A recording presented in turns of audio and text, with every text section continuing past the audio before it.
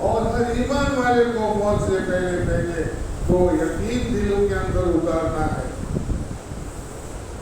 کائنات میں پھیلی ہوئی ساری چیزیں جو ہمیں دکھائی دے رہی ہے اور جو ہمیں نہیں دکھائی دے رہی، ان ساری چیزوں کے بارے میں ہمارے دل کے اندر یہ یقین بن جاوے اور یہ یقین اندر رچ بس جاوے، یہ یقین اندر اتر جاوے، ان ساری چیزیں نفع اور نقصان دینے میں اللہ کی محتاج،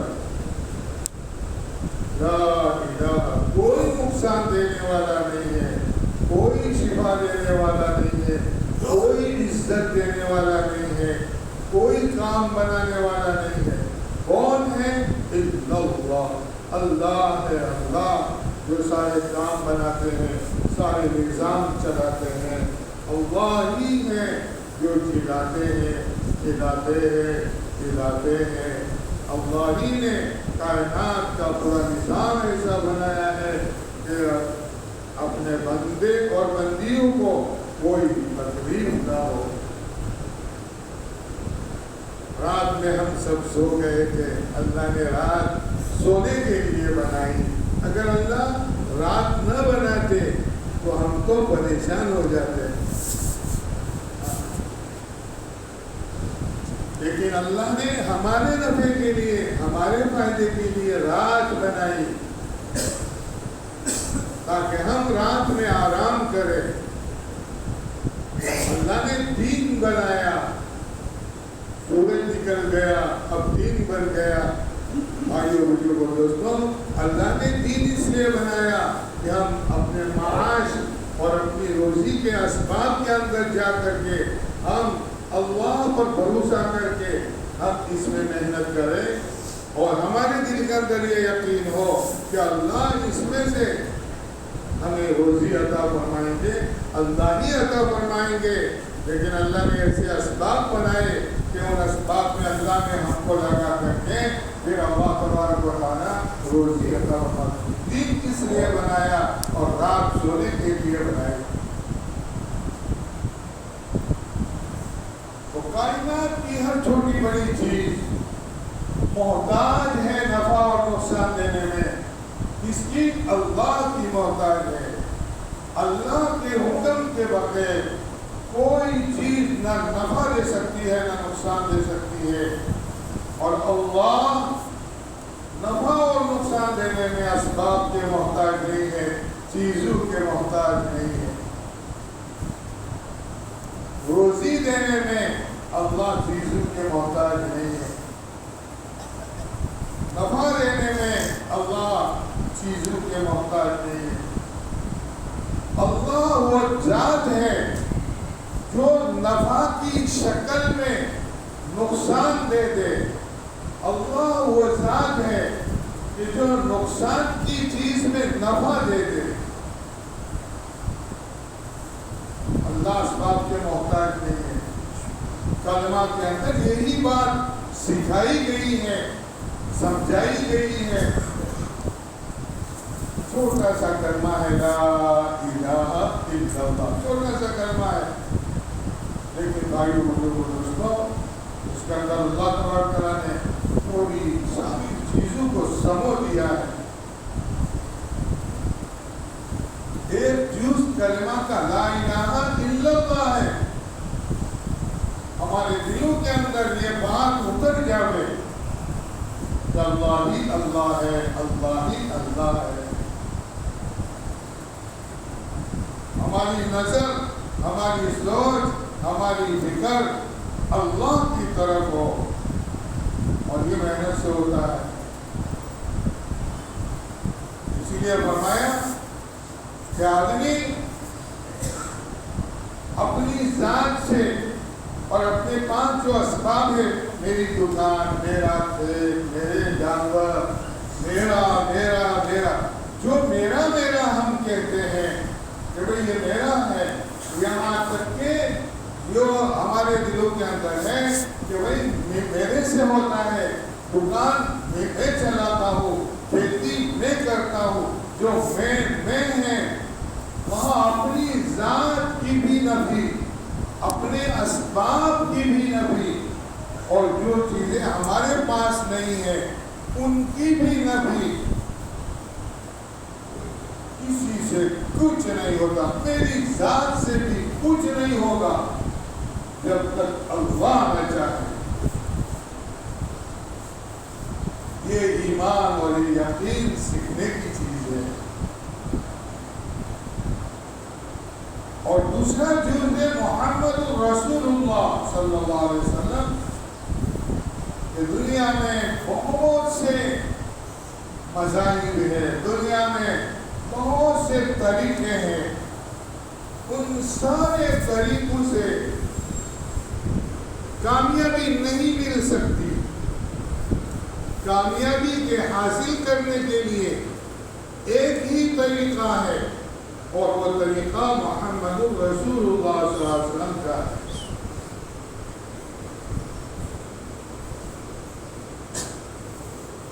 جینے کا طریقہ،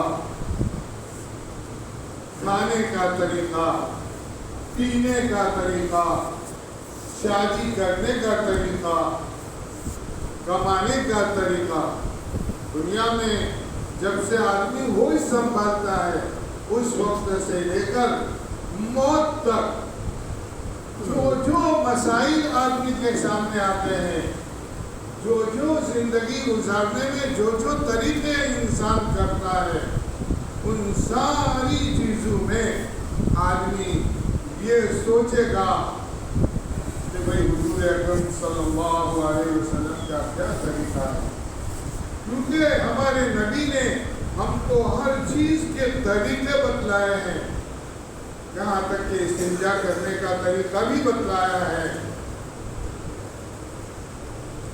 کھانے کا طریقہ بھی بتلایا ہے، پینے کا طریقہ بھی بتلایا ہے۔ ساری چیزوں کے طریقے بھائیو بزرگوں دوستوں ہمارے نبی نے ہم کو بتلائے ہیں۔ چہرہ کیسے بنانا، کپڑے کیسے پہننا، کھانا کیسے کھانا، ایک مسلمان دوسرے مسلمان سے کیسے ملے گا،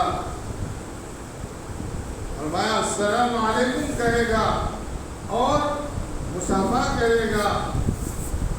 جب ایمان والا ایمان والے سے ملتا ہے اور سلام کر کے جب مصافحہ کرتا ہے، حدیث پاک کے اندر فرمایا کہ یہ یغفر اللہ لنا ولکم جب کہے گا اور سلام کرے گا تو اللہ تبارک و تعالیٰ ان دونوں کے ہاتھ کے الگ کرنے سے پہلے اللہ پاک ان دونوں کی مغفرت فرما دیتے ہیں۔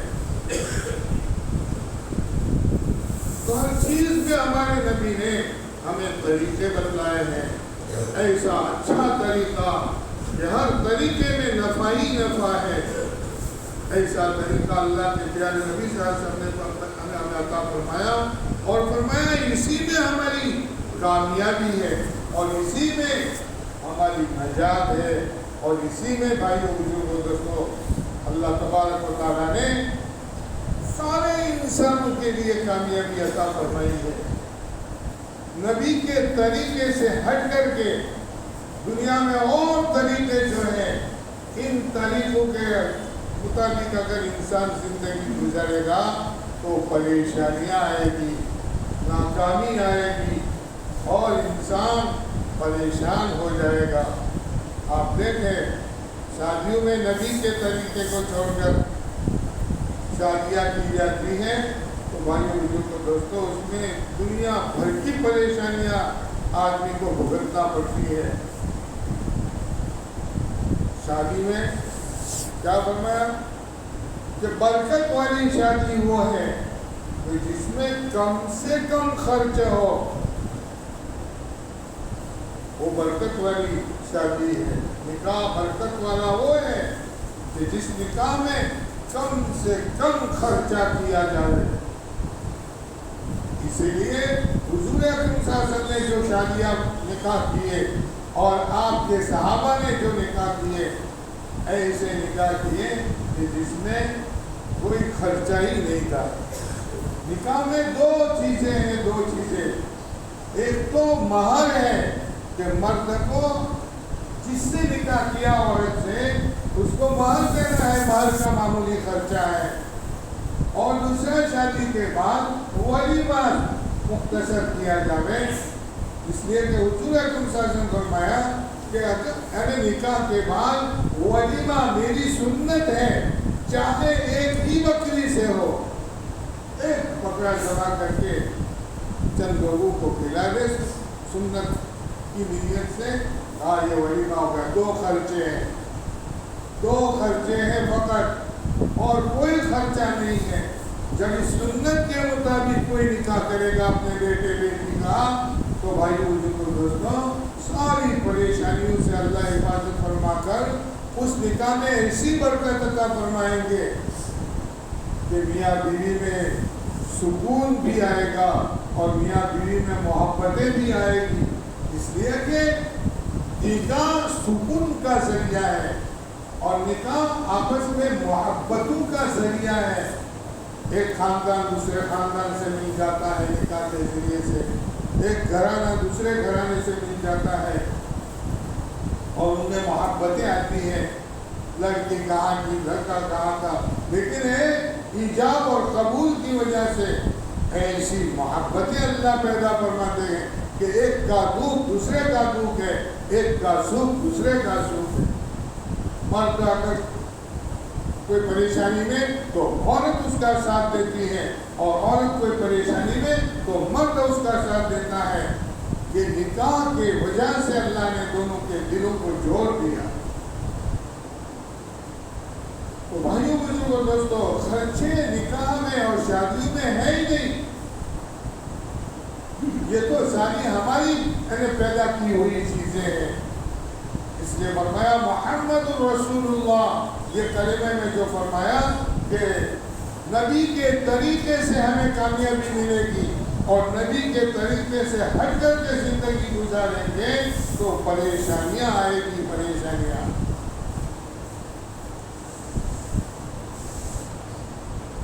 اس لیے بھائیوں بزرگوں دوستوں، ہمیں ایمان بنانے کی ضرورت ہے، ہمارے دلوں میں اللہ کی ذات کا یقین اتر جاوے اور بیٹھ جاوے، اس کی محنت کرنے کی ضرورت ہے۔ صحابہ نے ایمان کو سیکھا تھا، اللہ کے پیارے نبی صلی اللہ علیہ وسلم نے 11 سال تک صحابہ کو ایمان ہی سکھایا تھا۔ کسی سے کچھ نہیں ہوتا، کسی سے کچھ نہیں ہوتا، اللہ کی ذات سے سب کچھ ہوتا ہے، اور اللہ نے کر کے بتایا۔ جنگل میں صحابہ گئے اور ایک آواز لگائی گئے، جنگل کے درندوں، ہم اللہ کے بندے ہیں اور یہاں رات گزارنا چاہتے ہیں، یہاں سے نکل جاؤ۔ اس اعلان کے بعد اگر یہاں کوئی رہے گا تو ہم اس کو قتل کر دیں گے۔ جب یہ اعلان کیا تو جنگل میں سے بھائیوں بزرگوں دوستوں سارے درندے اس جنگل سے، جنگل کی جگہ کو چھوڑ کر کے دوسری جگہ پر چلے گئے۔ دریا سامنے ہے، صحابہ حضرت سعد بن ابی وقاص رضی اللہ تعالیٰ عنہ کا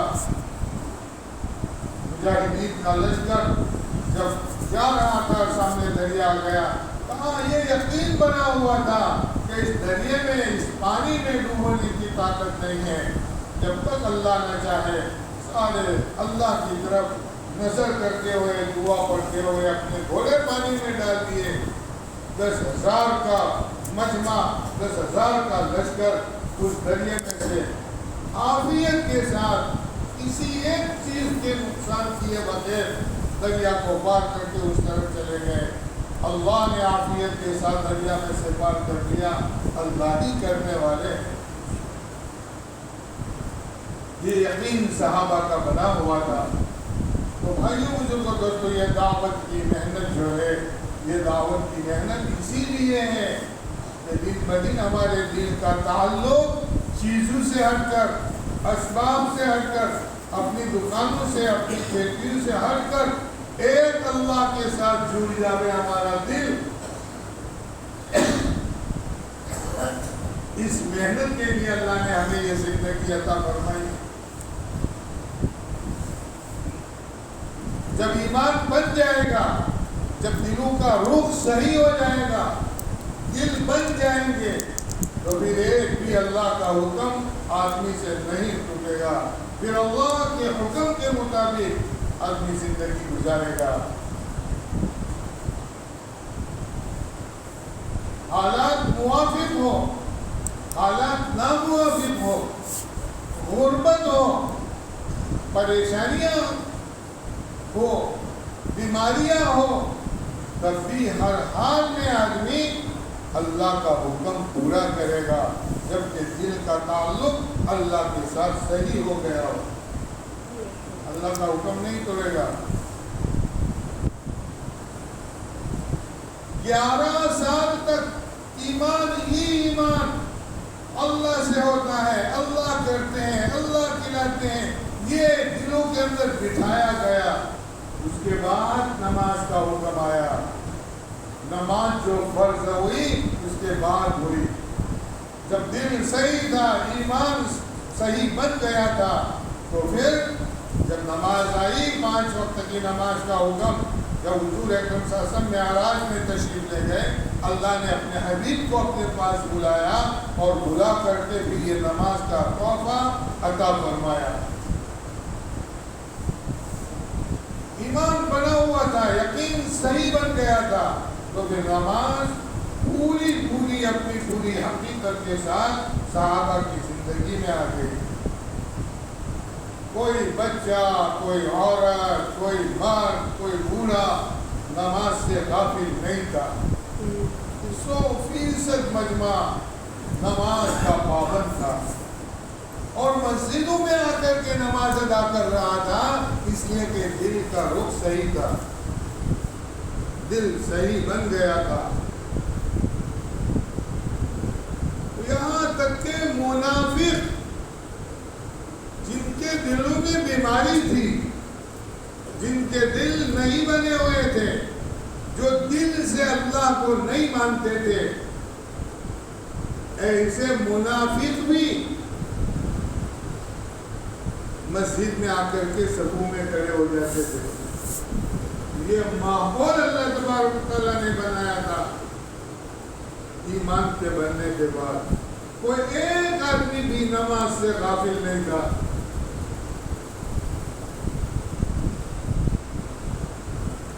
اس لیے کہ ایمان بنا ہوا تھا. اور بھائیوں بزرگوں دوستو، اللہ کے احکام میں سب سے محتم بھی شان حکم اور سب سے پیارا حکم جو ہے وہ نماز ہے. نماز ایسی عبادت ہے کہ جس میں پورا جسم، پوری باڈی استعمال ہوتی ہے. نماز میں 4 ارکان مین ہیں. قیام ہے، نماز میں آدمی کھڑا ہوتا ہے، قیام ہے. اور نماز میں آدمی رکوع کرتا ہے تو رکوع ہے. اور نماز میں رکوع کے بعد آدمی سجدہ کرتا ہے تو یہ سجدے 2 ہیں. اور آدمی قعدہ کرتا ہے تو قیام، رکوع، سجدہ اور قاعدہ، اس میں التحیات پڑھتا ہے. یہ نماز کی 4 شکلیں اور 4 ہیئتیں ہیں. اور یہ اللہ کو اتنی پسند ہے نماز کی یہ حیات اور شکل کہ اللہ تبارک و تعالیٰ نے فرشتے ایسے بنائے ہیں، لاکھوں فرشتے اللہ نے ایسے بنائے، پیدا کیے ہیں کہ جو پیدا ہونے کے بعد قیام میں ہیں اور قیامت تک قیام میں رہیں گے.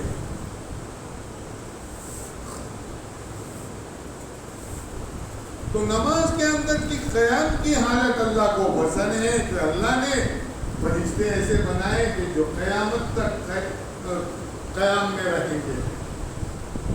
کچھ فرشتوں کو اللہ نے ایسے پیدا کیے کہ جو پیدا ہونے کے بعد رکوع میں ہیں اور قیامت تک رکوع میں رہیں گے، اس لیے کہ اللہ کو رکوع کی حالت بہت زیادہ پسند ہے۔ اور پھر اللہ نے کچھ فرشتوں کو سجدے کی حالت میں پیدا کیا اور قیامت تک سجدے میں رہیں گے، اور کچھ فرشتوں کو اللہ نے قاعدے میں بٹھا دیا ہے اور قیامت تک قاعدے میں رہیں گے۔ تو جب اللہ کا بندہ نماز میں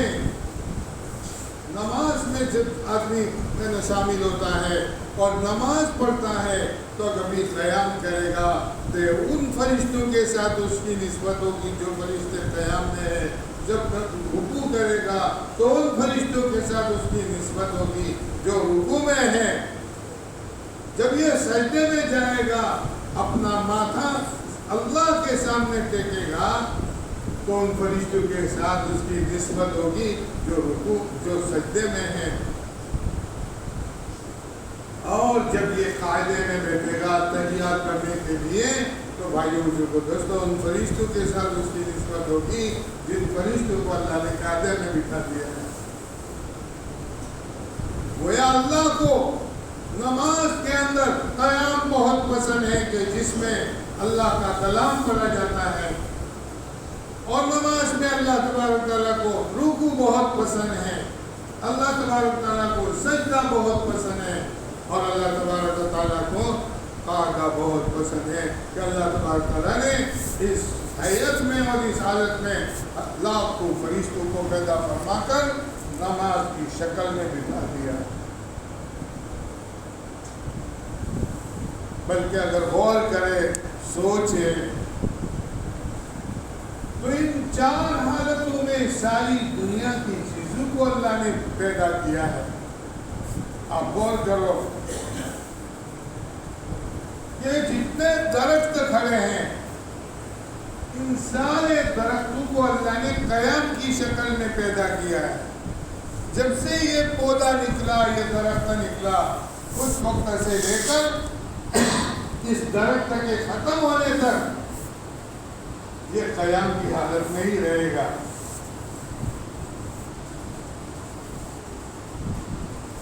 جتنے چوپائے ہیں چار پیر والے جانور جو ہیں، ان سارے جانوروں کو آپ دیکھو کہ وہ سب رکوع کی حالت میں ہے۔ تو اللہ نے کائنات کی چیزوں کو چار شکلوں میں پیدا فرمایا، یا تو یہ قیام کی حالت میں ہوگی، یا تو یہ رکوع کی حالت میں ہوگی، یا تو یہ سجدے کی حالت میں۔ کیڑے مکوڑے، سانپ، بچھو، یہ دیکھو جو زمین پر رینگ کر کے چلتے ہیں، ان ساری مخلوق کو اللہ نے سجدے کی حالت میں پیدا کیا۔ یہ پہاڑوں کو دیکھو، یہ مکانوں کو دیکھو، ان ساری چیزوں کو اللہ نے قاعدے کی حالت میں پیدا فرمایا۔ چار ہی شکلیں ہیں اور چار ہی طریقے ہیں کہ ان طریقوں پر کائنات کی چیزوں کو پیدا فرمایا۔ کچھ چیزیں ایسی ہیں جو قیام کی حالت میں ہیں، کچھ چیزیں ایسی ہیں کہ جو رکوع کی حالت میں ہیں، کچھ چیزیں ایسی ہیں جو سجدے کی حالت میں ہیں، کچھ چیزیں ایسی ہیں جو قاعدے کی حالت میں ہیں۔ ان چار کے علاوہ اور پانچویں شکل آپ کو نظر نہیں آئے۔ انسان کبھی کھڑا ہوتا ہے، انسان کبھی جھکتا ہے، انسان کبھی زمین پر بیٹھتا ہے۔ تو بھائیو بزرگو دوستوں، ہر چیز کو اللہ تبارک و تعالیٰ نے ان چار شکلوں میں سے کسی ایک شکل میں پیدا فرمایا، اس لیے کہ نماز اللہ کو محبوب ہے، اللہ کی پسندیدہ عمل ہے یہ نماز۔ اسی لیے نماز کے بارے میں بہت بڑے فضائل ہیں۔ جس نے نماز کا اہتمام کیا، جس نے نماز کو قائم کیا، اس نے دین کو قائم رکھا، اور جس نے نماز چھوڑ دی، نماز کو ڈھا دیا، فرمایا اس نے دین کو برباد کر دیا، دین کو ڈھا دیا۔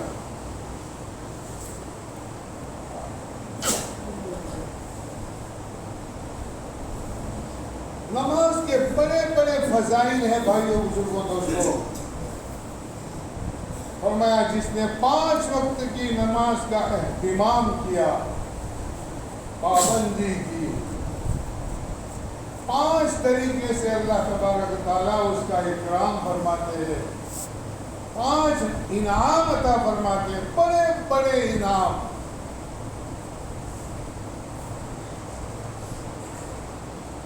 نماز کے اہتمام پر اللہ روزی برکت والی عطا فرماتے ہیں، روزی سکون والی عطا فرماتے ہیں. روزی تو ہر ایک کو ملتی ہے، لیکن وہ روزی جو برکت والی ہو، وہ روزی جو سکون دینے والی ہو، ایسی سکون دینے والی روزی اللہ نماز کی بدولت عطا فرماتے ہیں. سب سے بڑا مسئلہ اس دنیا میں انسانوں کے لیے اپنی روزی روٹی کا مسئلہ ہے. یہ تو مسئلہ اللہ نماز پر آسان کر دیتے ہیں، آسان کر دیتے ہیں. دوسرا مسئلہ بھائیوں بزرگوں دوستوں، انسان کے مرنے کے بعد قبر کا مسئلہ ہے. تو قبر کا مسئلہ بھی اللہ تبارک و تعالیٰ نماز پر آسان کر دیتے ہیں.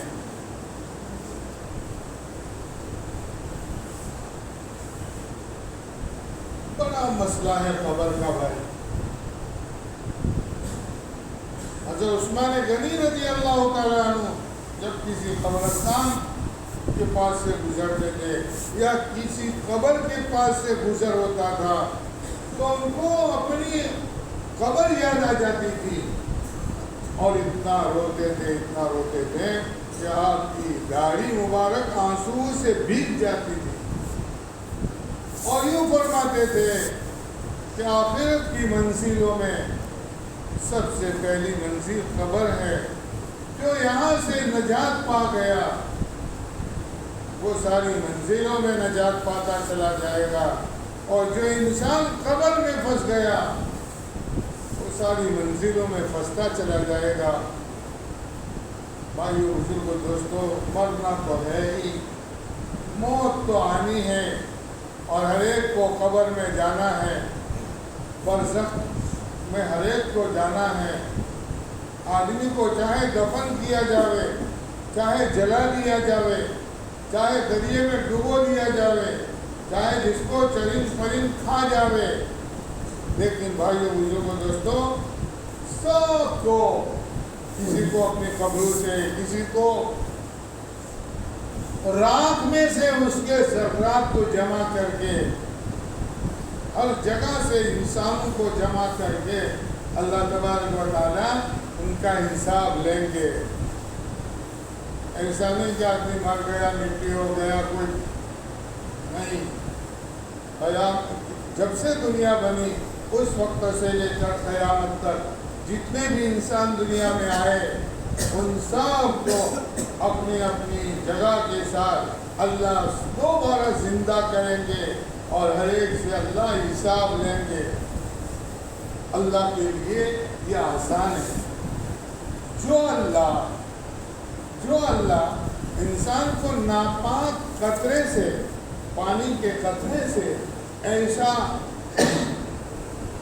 وجود بخشتا ہو اور بخشا ہو، وہ اللہ پھر اس انسان کو جو بنا ہوا تھا انسان، اس کی ساری ذرات کو جمع کر کے اس کو پھر نہیں کھڑا کر سکتا. نہیں تھا انسان، اس کو اللہ نے پیدا کیا، بنایا، تو وہ اللہ انسان کے پیدا ہونے کے بعد پھر زندہ ہو، کیا یہ اللہ کے لیے آسان نہیں ہے؟ اللہ کرے کہ اس کو،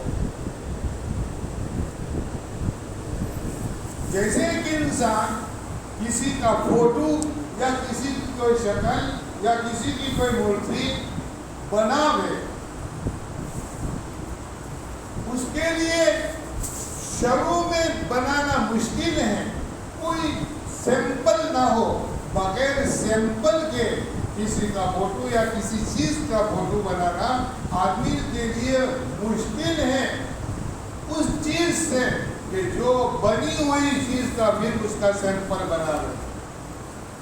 کسی چیز کی ڈائی بنی ہوئی ہو تو اس ڈائی میں سے فوٹو اور اس کی شکل نکالنا یہ آسان ہے، اور بغیر ڈائی کے اور بغیر اس کے نمونے کے کسی چیز کو بنانا تھوڑا مشکل ہے.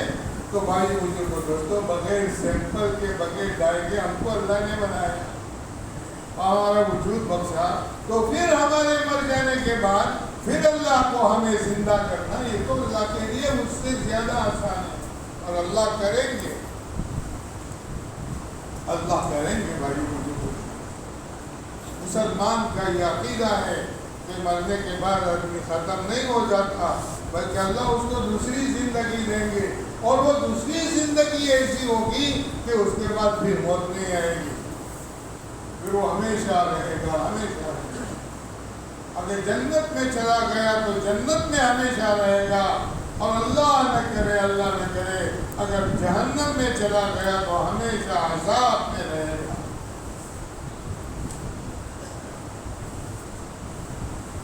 اس لیے بھائیوں مجھے کو دوستو، نماز بڑی اہم عبادت ہے.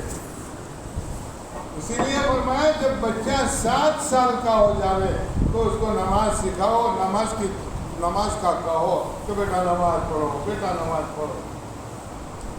اور جب 10 سال کی عمر ہو جاوے تو ایسی کڑک نظر رکھو کہ اس کی ایک نماز ضائع نہ ہو، اور اگر نماز میں سستی کرے تو یہ حکم ہے کہ اس کو تنبیہ کر کے، مار کر کے اس کو نماز کا عادی بناؤ، عادی بناؤ، عادی بناؤ. کیوں کہ جب یہ 10 سال کی عمر میں نماز کا عادی بن جائے گا اور نماز پڑھنے والا بن جائے گا، تو یہ 14-15 سال میں جب بالغ ہوگا تو نماز کا پابند بن گیا ہے، نماز کا عادی بن گیا ہے.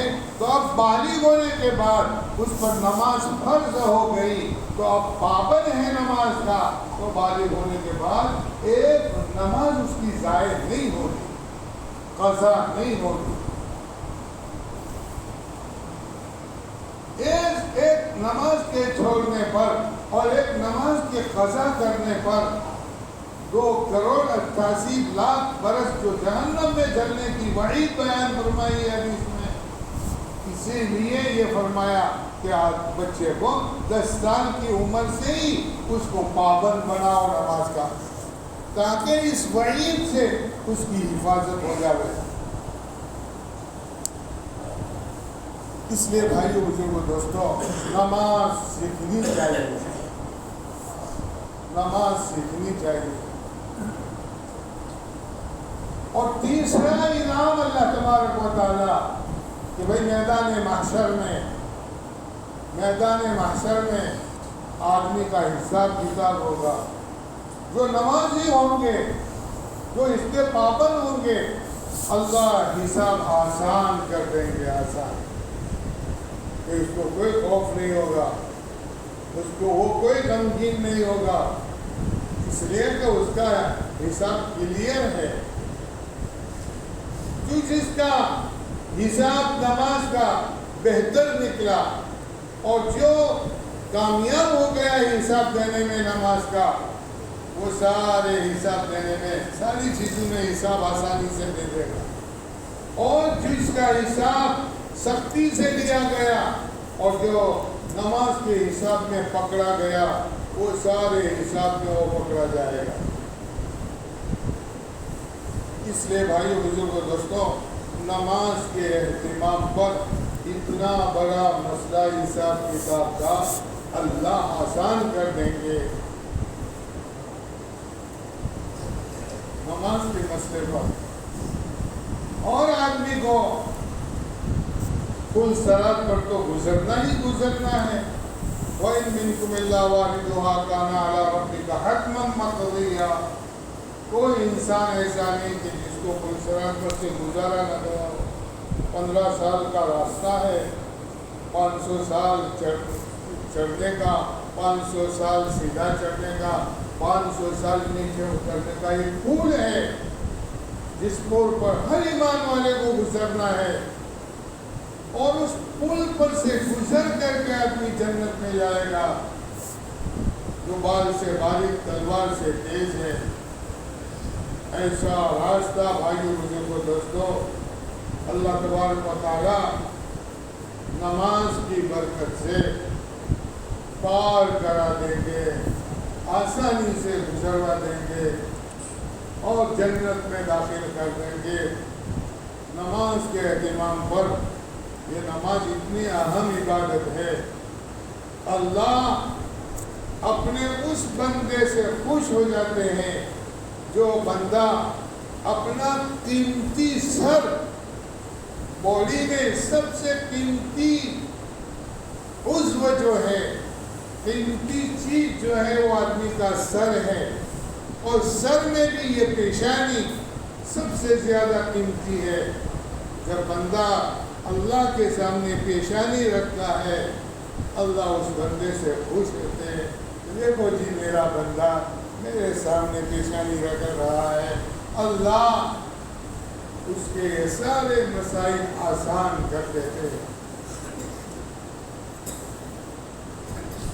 کسی کے سامنے ایمان والے کو سر جھکانے کی اجازت نہیں ہے،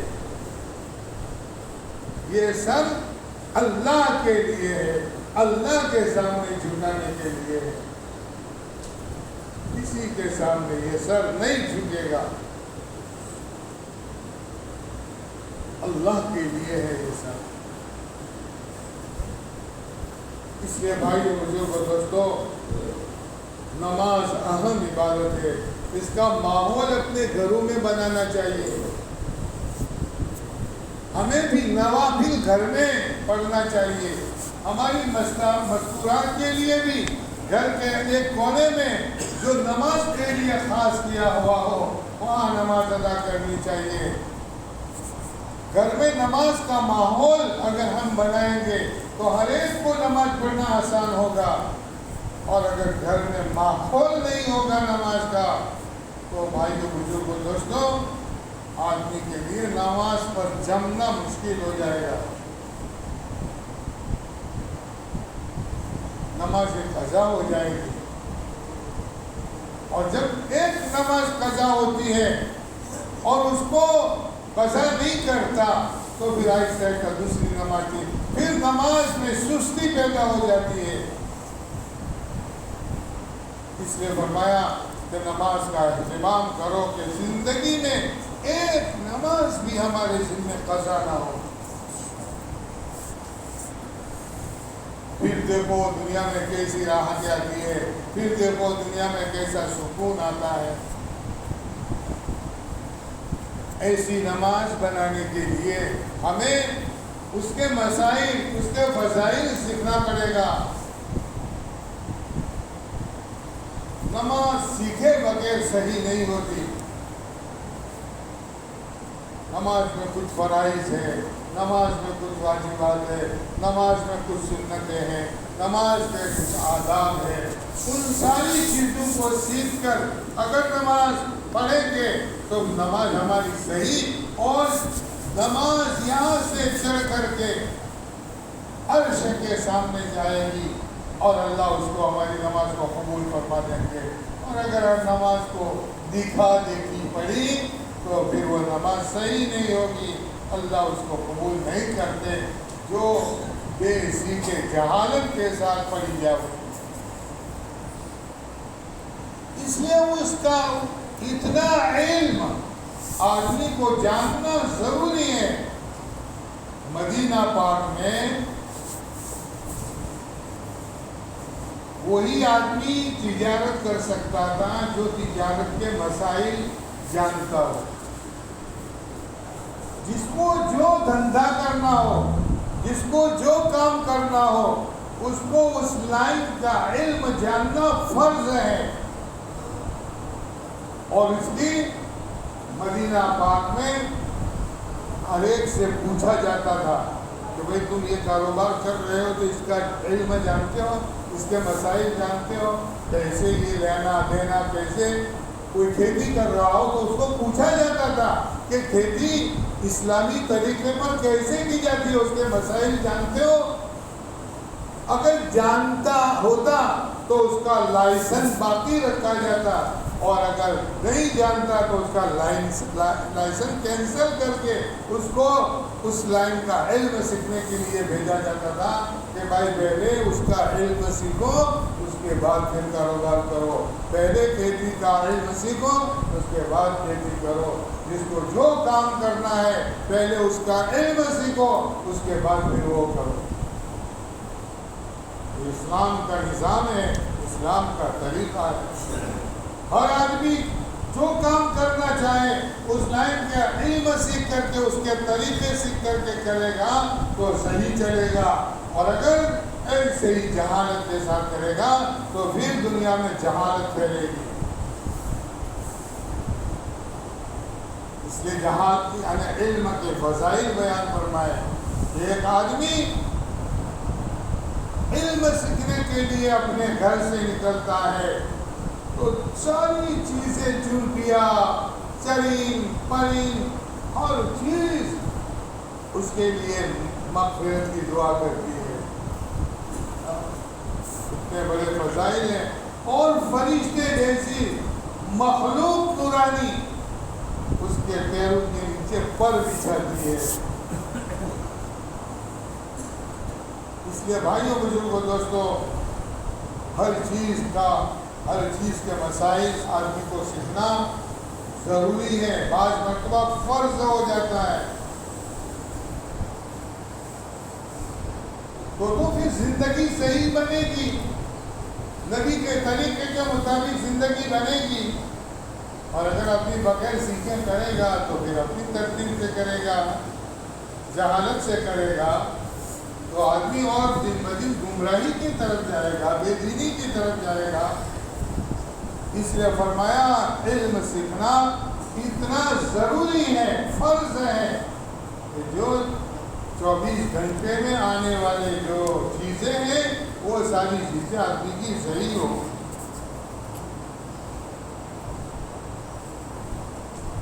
اور بھائیوں بزرگوں دوستوں، دنیا میں رہتے ہیں، ہر ایک کے ساتھ رہتے ہیں، ماں باپ کے ساتھ رہتے ہیں، رشتہ داروں کے ساتھ رہتے ہیں، محرم رشتہ داروں کے ساتھ رہتے ہیں، قریب کے رشتہ دار، دور کے رشتہ دار، گاؤں میں رہتے ہیں، محلے میں رہتے ہیں، ہر ایک کے حقوق ہے۔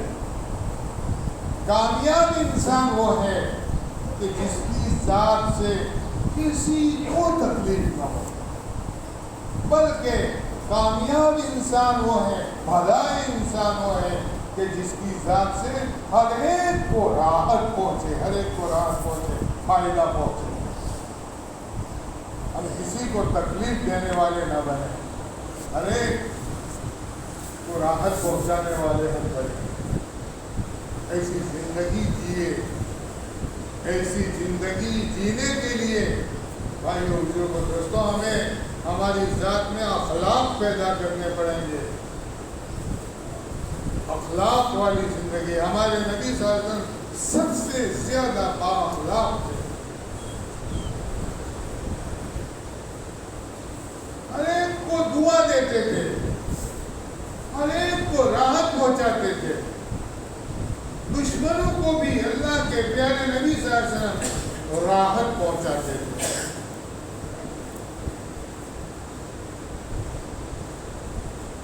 کسی کو حضور اکرم صلی اللہ علیہ وسلم سے کوئی شکوہ، کوئی تکلیف نہیں تھی۔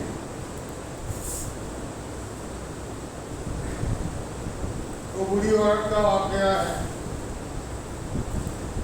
وہ بوڑھی عورت اپنا سامان باندھ کر کے دوسری جگہ منتقل ہو رہی تھی، اس وجہ سے کہ اس کو بھڑکایا گیا تھا، اس کا ذہن خراب کیا گیا تھا کہ مکہ میں محمد نامی ایک شخص ہے کہ جو باپ بیٹے کے اندر جدائی کرا دیتا ہے، خاندان کو خاندان سے جدا کر دیتا ہے، ایسا ذہن اس کا بگاڑا تھا، اور ایسا اس کو بنایا تھا کہ وہ کہ بھائی اس سے بہتر ہے کہ میں یہاں سے ہجرت کر کے دوسری جگہ چلی جاؤں۔ سامان باندھ کر کے بیٹھی تھی، ہمارے نبی صلی اللہ علیہ وسلم کا گزر وہاں سے ہوا، کیوں بڑی امی یہاں بیٹھی ہو؟ کہا مجھے مزدور کی ضرورت ہے، یہ سامان اٹھا کر کے مجھے وہاں تک پہنچا دے۔ کہا نہیں، میں اٹھا لیتا ہوں۔ اٹھا دیا اور وہاں پہنچا دیا۔ کہا اس کا بھاڑا؟ کہا نہیں، بھاڑا نہیں چاہیے۔ کہا کیا نام ہے تمہارا؟ کہا میرا نام محمد ہے صلی اللہ علیہ وسلم۔ اس اخلاق پر وہ بوڑھی عورت کلمہ پڑھ لیتی ہے۔ بھائی دوستو، یہ اخلاق تھے ہمارے نبی کے۔ سب سے بڑا انسان وہ ہے، سب سے بڑا انسان وہ ہے کہ جس کے اخلاق اچھے ہو۔ سب سے بڑا انسان وہ ہے کہ جس کی زبان سے، جس کی آنکھ سے، جس کے ہاتھ سے دوسرے لوگ محفوظ رہیں، نہ کسی کو آنکھ سے تکلیف پہنچاوے، نہ کسی کو کان سے تکلیف پہنچاوے۔ اسی لیے فرمایا غیبت کرنا حرام ہے، کسی کو بری نظر سے دیکھنا حرام ہے، حرام۔ کسی کو گالی دینا، کسی کو برا بھلا کہنا، یہ زبان کی برائی ہے۔ کاش ہر زبان کی برائی سے، ہر آنکھ کی برائی سے اور ہر کان کی برائی سے بچنا، اور ان اعضاء کو ایسے استعمال کرنا کہ دوسروں کو راحت ہو۔ یہ اخلاق تو یہ تو سیکھنے سے آدمی کے اندر آتے ہیں۔ سیکھے گا تو اخلاق اچھے بنیں گے، سیکھے گا تو ایسے اخلاق بنیں گے کہ ہر ایک ہم سے محبت کرے گا۔ آج تو بھائیو بزرگوں دوستو، ہمارے اخلاق اتنے گر گئے ہیں، ہم نیچے اتنے اتر گئے ہیں کہ ہمارے گھر کی فیملی بھی ایک دوسرے سے پریشان ہے، پریشان۔ بیوی مرد سے پریشان ہے، مرد بیوی سے پریشان، بیٹا ماں باپ سے اور ماں باپ بیٹے سے، گھر کی فیملی بھی جڑی ہوئی نہیں ہے۔ اس لیے بھائیو بزرگوں دوستوں، اخلاق سیکھنا آدمی کے لیے ضروری ہے۔ یہ سارا کب ہوگا؟ ہم قبر کی طرف جا رہے ہیں، موت کے قریب ہو رہے ہیں۔ اللہ نے یہ زندگی اس لیے دی تھی کہ ہم محنت کر کے ایمان بناوے، نماز، اعمال، عبادت بناوے۔ اللہ نے یہ زندگی اس لیے دی تھی کہ ہم اپنے اخلاق بناوے، ہم اپنے دلوں کو درست کر کے اللہ کی طرف متوجہ ہو کہ ہمارا مال، ہماری جان، اللہ نے ہر ایک کو مال جان دیا ہے، اللہ نے ہر ایک کو صلاحیت دی ہے۔ اس کا صحیح استعمال کرنا شروع کر دیں گے کہ ہمارا مال صحیح لگے، ہماری جان صحیح لگے، ہماری صلاحیتیں صحیح استعمال ہو، تو یہ سارے اعمال صحیح ہوں گے ہمارے، اور ہم بہتر بننا شروع ہوں گے، ہم اللہ کے نیک بندے بننا شروع ہوں گے۔ اور بھائیوں بزرگوں دوستوں، ہماری موت ایسی حالت میں ہوگی کہ دنیا والے بھی ہم سے راضی ہوں گے، اور مالک ہمارا رب بھی ہم سے راضی ہوگا، اور دنیا میں آنا ہمارا حصول ہوگا۔ اس لیے بھائی، مال دنیا پر لگانے کی چیز نہیں ہے، اپنا پوری زندگی، پوری جان دنیا پر لگانے کی چیز نہیں ہے۔ تھوڑا مال دنیا پر لگے، باقی مال دین کے لیے لگے، دین سیکھنے کے لیے لگے۔ پوری جان دنیا پر لگانے کا نہیں ہے، تھوڑی جان دنیا پر لگے، باقی دین کے لیے، دین سیکھنے کے لیے لگے۔ اس لیے دعوت کی محنت بہت ضروری ہے، ہر ایک کے لیے ضروری ہے۔ ہماری سمجھ میں نہیں آتا، اس لیے ہم نہیں کر رہے ہیں۔ یہ ہماری سمجھ کا قصور ہے، یہ ہمارا قصور ہے کہ ہم اس بات کو نہیں سمجھ رہے ہیں۔ ماں باپ سمجھا رہے کہ بیٹا یہ اچھا ہے، لیکن ہماری سمجھ میں نہیں آ رہا، تو ہمارا قصور ہے، ہمارے ماں باپ کا تھوڑا قصور ہے۔ وہ تو صحیح کہہ رہے ہیں کہ بھائی یہ تمہارے لیے اچھا نہیں ہے، نہیں سمجھ رہا بیٹا تو بیٹے کا قصور ہے، ماں باپ کا قصور نہیں ہے۔ بھائیو بزرگو دوستو، اللہ نے اور اللہ کے نبی صلی اللہ علیہ وسلم نے ہمیں جو فرمایا کہ ہماری زندگی کا کچھ حصہ دین کے لیے، دین سیکھنے کے لیے، اور ہمارا مال دین سیکھنے کے لیے ہم لگاوے، ہماری سمجھ میں نہ آوے اور نہ نکلے تو یہ ہمارا قصور ہے، اللہ کا اور اللہ کے نبی کا قصور نہیں۔ اس لیے بھائی بزرگو دوستو، اللہ ہمیں سمجھ عطا فرماوے، اللہ ہمیں سمجھ عطا فرماوے، اللہ ہمیں سمجھ عطا فرماوے کہ اپنی زندگی کا کچھ حصہ اللہ کے دین کے لیے لگاؤ، ہمارا نفع ہوگا، ہماری گھر کی فیملی کا نفع ہوگا اور ہزاروں انسانوں کا نفع ہوگا۔ ہماری محنت سے، ہماری قربانی سے جو جو نفع ہوگا آخرت میں ہمارے کام آئے گا بھائی بزرگو دوستو۔ ورنہ یہ دنیا پر مال لگا، دنیا پر جان لگی تو ہم صحیح انسان نہیں بن سکتے بھائی بزرگو دوستو۔ پھر ہمارے اندر حیوانیت پیدا ہوگی، حیوان ہم بنیں گے، اور بھائی بزرگو دوستو انسانیت سے انسان دور ہو جاتا ہے۔ اپنی ضرورت سمجھ کر، بہت اہم ضرورت ہے اس وقت فتنوں کے دور میں، یہ قرب قیامت کا زمانہ ہے اور فتنوں کا زمانہ ہے۔ آج جب آدمی صبح ہوتا ہے تو کیا فتنہ ہوتا ہے آدمی کو پتہ نہیں ہوتا، کئی لوگ فتنوں میں مبتلا ہو جاتے ہیں، شام ہوتی ہے الگ فتنے رونما ہوتے ہیں، آدمی خطرے میں ہے۔ یہ دور اور یہ زمانہ بھائی بزرگو دوستو خطرے والا ہے، فتنوں والا ہے۔ اللہ اس آدمی کی فتنوں سے حفاظت فرماتے ہیں کہ جو اللہ کے دین کے لیے مال جان لگاتا ہے۔ اللہ اپنی قدرت سے، اللہ بہت بڑے ہیں، اللہ بہت بڑے ہیں، ہماری ہر چیز کیا ہمارے لیے خیر بھلائی کی چیزیں اللہ جانتے ہیں۔ اللہ تبارک و تعالیٰ ان سارے فتنوں سے ہماری حفاظت فرماتے ہیں۔ اس لیے سوچو، اللہ نے عقل دی ہے، اللہ نے سمجھ بدھی دی ہے، ہمارا نفع کیا ہے، نقصان کیا ہے ہم سمجھ سکتے ہیں، سب ظاہر اور واضح راستہ ہے۔ اس لیے بھائی اپنے بچوں کی ترتیبیں بناؤ، نکلو اللہ کے راستے میں، نکلو، اپنی خواہشات کو ہم چھوڑیں، اپنی خواہشات کو ہم چھوڑیں، تھوڑا مجاہدہ، گھر چھوڑنے کا، بیوی بچوں سے دور ہونے کا، تھوڑا مجاہدہ برداشت کریں، اسی میں خیر چھپی ہوئی ہے۔ اپنی ترتیبیں بناوے بھائی، دل نہ چاہے تو بھی دل کو سمجھا کر کے بناوے، تھوڑا 4 مہینہ چلا دین کے ماحول میں دور، گھر سے، کاروبار سے دور، اپنے والوں سے دور، اللہ کے لیے، اللہ کے دین کے لیے، یہ گولی کھائیں گے اور یہ کڑوا گھونٹ پئیں گے، یہ مجاہدہ برداشت کریں گے بھائی بزرگو دوستو، اللہ تبارک تعالیٰ ہمارے اندر تبدیلی پیدا کریں گے اور ہمارا رخ آہستہ آہستہ آہستہ اللہ کی طرف ہونا شروع ہوگا اور مکمل دین اللہ ہماری زندگی میں داخل کریں گے۔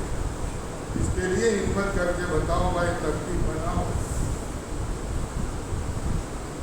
زندگی میں ایک مرتبہ 4 مہینہ نہیں، بلکہ بھائی بزرگو دوستو ہر سال کے 4 مہینے کا نظام قائم کرو۔ 8 مہینہ دنیا، 8 مہینہ کاروبار، 8 مہینہ گھر، 4 مہینہ اللہ کے دین کے لیے۔ اگر اتنی ہمت طاقت نہ ہو تو ہر 3 سال پر 4 مہینہ لگاؤ بھائی، لو دلوں پر لو، مشکل نہیں ہے، اور 2 سال چلے لگاؤ، 1 سال 4 مہینہ، 2 سال چلا، پھر 4 مہینہ، تو انشاءاللہ زندگی کا کافی حصہ اللہ کے دین کے لیے، کافی مال اللہ کے دین کے لیے لگے گا۔ اور اللہ ہر ایک کا بدلہ آخرت میں دیں گے۔ کچھ نہ کچھ تو ہم ترتیب قائم کریں اور پھر مقام پر رہتے ہوئے مقامی محنت میں لگے۔ انشاءاللہ تھوڑا وقت تک دین میں لگے گا اور باقی کا دنیا پر لگے گا، تو یہ دین کی برکت سے اللہ ہماری دنیا بھی بہتر بنائیں گے۔ کرنے والے تو اللہ ہی ہے بھائی، اللہ ہی کرتے ہیں، اللہ ہی نے کیا ہے اور اللہ ہی کریں گے، اللہ ہی اللہ ہے بھائی۔ تو اس نظام کو اور اس ترتیب کو اپنی ذات میں اور اپنے گھر والوں کی ترتیب میں قائم کرو۔ انشاءاللہ آپ کی نسلوں کی اللہ عزت عطا فرمائیں گے، نسلوں کو۔ ہاں، یہ عزت والی راہ ہے، عزت والا راستہ ہے، کامیابی والی راہ ہے۔ بھائیوں بزرگوں دوستوں، چاہے ہمارے سامنے اسباب نہ ہو لیکن اللہ اسباب پیدا کرنے والا ہے، اللہ ہی نے کیا ہے تو اللہ کریں گے۔ ہماری طرف سے جو کرنا ہے ہم کریں گے تو پھر اللہ ہمارے لیے کریں گے۔ اس کے لیے بھائی بزرگوں دوستوں، ہمت کر کے بتاؤ، ہمت کر کے بتاؤ، پیچھے مت دیکھو، آگے دیکھو۔ پیچھے دیکھیں گے تو دکان ہوگی، پیچھے دیکھیں گے تو اولاد ہوگی، پیچھے دیکھیں گے تو دنیا ہی دنیا ہوگی بھائی۔ اگر ہم آگے دیکھیں گے تو قبر، آگے دیکھیں گے تو آخرت، آگے دیکھیں گے تو ساری آخرت کی منزلیں گھاٹیاں، آگے دیکھیں گے تو تھوڑا دل قبول کرے گا کہ نہیں یار، اور اگر پیچھے دیکھیں گے تو یہ تو لوئی چمک ہے، تمہیں پکڑ لیں گے، ہمت نہیں کرنے دیں گے۔ ہم کم ہمت ہے، ہم کمزور ہیں بھائی۔ اس لیے بھائی بزرگوں دوستوں، اللہ پر نظر کر کے، اللہ بڑی قدرت والے، اپنی ترتیبیں بناؤ اور کچھ نہ کچھ اللہ کے راستے میں لگانے کی ہمت کرو بھائی۔ کون کتنی ہمت کرتا ہے کھڑے ہو کر کے بتاؤ، 4 مہینہ کون ترتیب بنائے گا، چلہ کون ترتیب بنائے گا، ہمت کر کے بولو بھائی۔